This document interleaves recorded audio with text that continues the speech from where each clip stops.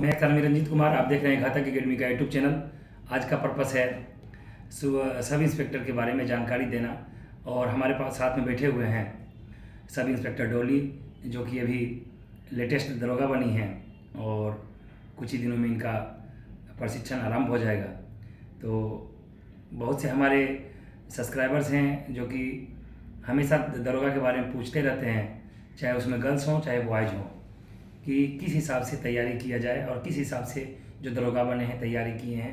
तो मेरा हमेशा ये रहता है कि मैं जो भी दरोगा बनी हैं या बने हैं उनसे ये पूरा जानकारी लेके आप तक दूं, ताकि आपको पढ़ने लिखने में कोई दिक्कत नहीं आए, और जिस तरह से इन्होंने तैयारी करके अपना मकसद हासिल किए हैं आप लोग भी हासिल करिए। सबसे पहले डॉली से पूछा जाएगा इनके परिचय के बारे में, ये कहाँ के रहने वाली हैं और अभी कहाँ हैं। तो डॉली बताइए, अपना परिचय खुद से दीजिए। जय हिंद सर, जय हिंद दोस्तों। मेरा नाम डॉली है, जैसे कि सर बताए हैं सब इंस्पेक्टर पोस्ट पे हैं। कटिहार में अभी मेरा ज्वाइनिंग हुआ है और मैं शेखपुरा जिला की निवासी हूँ। गुड। एक चीज़ है डॉली कि आपका एजुकेशन क्या है? सर मेरा एजुकेशन मैं एमए किए हुई हूँ। एमए। अच्छा, आप जो एजुकेशन किए हैं ये पढ़ाई कहाँ, मतलब आप बेसिक जो बोलते हैं 10th कहाँ से की, उसके बाद फिर आप कहाँ एडमिशन लिए? बेसिक पढ़ाई 12 तक मैं शेखपुरा से ही की हूँ अपने शहर से, और ग्रेजुएशन मैं नवादा से की हूँ, और डिस्टेंस से मैंने ये एमए की हूँ। तो पटना में आप कब से रह रही थी? पटना में 4 मंथ ही रही हूँ सर, जब सीटेट पे तैयारी की थी। सर। ओह, तो इन्होंने अपने तैयारी होम जैसे जो डिस्ट्रिक्ट है शेखपुरा में, लगभग वहीं पे तैयारी की हैं। ग्रेजुएशन इन्होंने नवादा से की हैं, और उसके बाद अब जानना चाहेंगे इनसे कि फैमिली बैकग्राउंड क्या है। फैमिली बैकग्राउंड जो होता है वो काफ़ी सपोर्टिव होता है, तो इनके लिए क्या है नहीं है, तो इनसे पूछेंगे और ये बताएंगे, तब सबको पता चलेगा। फैमिली में अपने आपके पापा आपकी मम्मी क्या क्या कर रही हैं, भैया क्या कर रहे हैं, भाई कितने हैं? जी, हम 4 बहन 3 भाई हैं। पापा बिजनेसमैन है और मम्मी हाउसवाइफ है। पापा मतलब मेरे सारी फैमिली जो है बिजनेसमैन ही है। इसमें एक भाई जो है एसडीओ बने हैं, और मेरा जो है मैं पहली हूँ जो अपने लड़की में जॉब निकाली हूँ, और सब लोग बिजनेस में ही हैं। तो इसका आइडिया था कि जॉब का आइडिया था कि भाभी जब आई थी तो उनके फैमिली में सब लोग जो है जॉब से थे जी। तब जॉब से आइडिया आया कि जॉब करना चाहिए लड़कियों को भी। भाभी सपोर्ट की थी स्टार्टिंग में, बाकी फैमिली ने सब दिन सपोर्ट किया। किसी प्रकार का कोई दबाव नहीं था, जो करना है जो बनना है सब दिन सपोर्ट किए मम्मी पापा ने। अच्छा, तो ये जो सिविल सर्विस है जो भाई साहब आपके एसडीएम हैं, ये पढ़ाई कहाँ से की थे? ये दिल्ली से किए हैं, दिल्ली यूनिवर्सिटी से। तो आप कभी ट्राई नहीं किए सिविल वाला? ये बीपीएससी की मैं तैयारी कर रही हूँ, तो 1-2 बार मेंस दे चुकी हूँ। तो उसका क्या हुआ? एक बार तो नहीं हुआ, इस बार दी हूँ तो अभी रिजल्ट पेंडिंग है। चलो कोई बात नहीं। तो अभी भैया कहाँ पे हैं? बड़े भैया रांची में हैं और दूसरे वाले भैया मुंबई में। बड़े भैया प्रॉपर्टी डीलर हैं। चलो, तो फैमिली बैकग्राउंड जो है काफ़ी सपोर्टिव है और काफ़ी स्ट्रॉन्ग भी दिख रहा है। तो उस हिसाब से डॉली को तैयारी करने में या फिर पटना आके रहने में या नवादा में जाके ग्रेजुएशन की है तो किसी प्रकार का कोई दिक्कत नहीं हुआ होगा। अच्छा डॉली, बताइए कि जो पढ़ रही थी आपको तो क्या क्या सिलेबस था दरोगा के लिए, कौन कौन सा बुक आपने पढ़ी है? जैसे कि मैं तो ग्लूसेंट पढ़ी हूँ, क्राउन पढ़ी हूँ और एक दृष्टि का, ये तीनों मिक्स पढ़ी हूँ क्योंकि हर चीज़ से अलग अलग सब्जेक्ट पढ़े हैं। जैसे कि दृष्टि से मैंने पॉलिटी और ज्योग्राफी को चुना, क्राउन से मैंने साइंस को पढ़ा, और ग्लूसेंट से हिस्ट्री और इकोनॉमिक्स या मिसलेनियस पढ़ी है। लेकिन जिस प्रकार से अभी क्वेश्चन पूछा जा रहा है, मैं सजेस्ट करूँगी कि अगर टाइम है तो आप एनसीईआरटी 6 से 12 जरूर पढ़िए। एक बार फिर से बता दीजिए।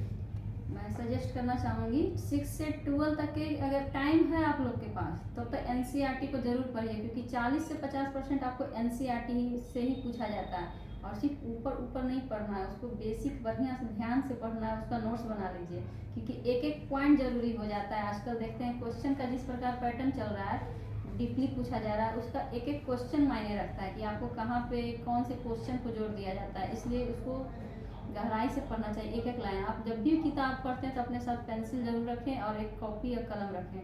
जहाँ पे आपको लगे कि ये पॉइंट है वहाँ को आप उसको नोट डाउन या फिर अंडरलाइन कर सकते हैं, वो ज़रूरी हो जाता है। अच्छा, उसके बाद आप पढ़ते चले गए, आपने पूरा बुक पढ़ लिया, आपने नोट भी पूरा तैयार कर लिया, उसके बाद रिवीजन का क्या रोल है?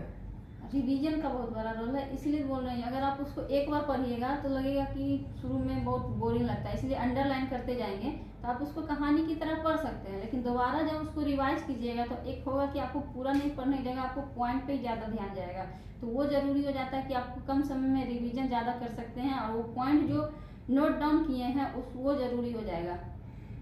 अच्छा, तो ये रिवीजन कितना, मतलब जैसे कोई भी एग्ज़ाम आ गया दरोगा का, तो कितना दिन पहले से रिवीजन हो, यानी कि पढ़ाई तो पहले ही कंप्लीट हो जाता है, उसके बाद रिवीजन, पढ़ाई के साथ साथ रिवीजन होता है कि सप्ताह में एक दिन कर लिया फिर? मैं तो बोलूँगी सप्ताह में एक बार आप पढ़ें तो उसको एक बार कर ही लिए। जब एग्ज़ाम आता है तो आप उसमें ना समय बांट दीजिए कि ये सब्जेक्ट इतना देर पढ़ना है। सब पर डे आपको कहीं ना कहीं रिवीजन होते जाएगा, 2 ही चैप्टर होगा या 3 चैप्टर होगा, आपको समय मिलते जाएगा और उसको 3-4 बार कर लीजिएगा तो फिर उसको ज़्यादा बेहतर रहेगा। चलिए ठीक है, भैया एसडीएम हैं और आप दरोगा बन गई हैं, और अभी यहीं तक रुकना है या आगे और भी कोई विचार है आगे की तैयारी, यानी आपका जो एम है वो और आगे का क्या है? आप पढ़ रही हैं या छोड़ दिए? नहीं, पढ़ाई तो जारी है, कहते हैं ना सफलता सफ़र है, तो बस जारी रखे हुए हैं। एक्चुअली मेरा एम सर डीएसपी का है, तो मैंने आगे जारी रखी हूँ क्योंकि मैं बीपीएससी भी ट्राई कर रही हूँ। हाँ हाँ, चलते रहिए। तो आप डीएसपी बनना चाह रही हैं बहुत जल्दी? जी ठीक है, भगवान आपके जितने भी ये आपका जो एम है वो जल्दी सफल कर दें। और एक चीज़ और रह गया, जो घातक में आप फिजिकल किए, तो घातक के बारे में भी 2 शब्द आपको बताना पड़ेगा कि क्या था, कैसे था, क्या डिसिप्लिन था, उसके बारे में आप 2 शब्द बताइए। घातक के बारे में तो ज़रूर बोलना चाहूँगी। जब मेरा मेंस हुआ था तो मैं ऐसे ही चली गई थी। मैं देखी सर का जिस प्रकार से दौड़ा रहे थे, मैं कुछ सोची नहीं, बस सर में एंट्री ले ली कि सर हमको भी आना है। और वहाँ का मैं जब एंट्री की तो मुझे अच्छा लगा। वहाँ डिसिप्लिन में हर चीज़ रहता है कि हर चीज़ सर ने बेसिक बेहतर से सिखाया है और डिसिप्लिन में सबको रखा है। ये और भी बोलूँगी, अगर किसी को करना है तो सर का देखिए, आप लोग जो चुने जो अच्छा है, लेकिन ये भी कहूँगी कि सर बेहतर हैं और अच्छा सिखाते हैं और डिसिप्लिन बहुत मायने रखता है। और सर के घातक में जो बोलेंगे उसमें डिसिप्लिन बहुत अच्छे से मेंटेन करके रखते हैं। चलो गुड, तो हो गया घातक के बारे में भी। और जितने भी अभी तक इंटरव्यू चला है, सब में से एक ही बात निकल के आता है, चाहे वो गर्ल्स का हो चाहे बॉयज़ का हो, कि डिसिप्लिन बहुत ज़रूरी है।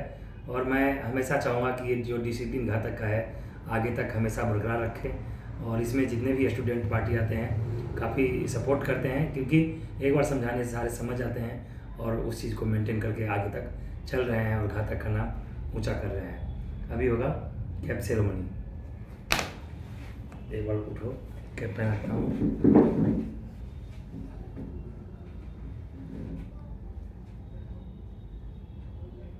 देखो उधर, घूम जाओ, सल्यूट, गुड शाबाश, डाउन।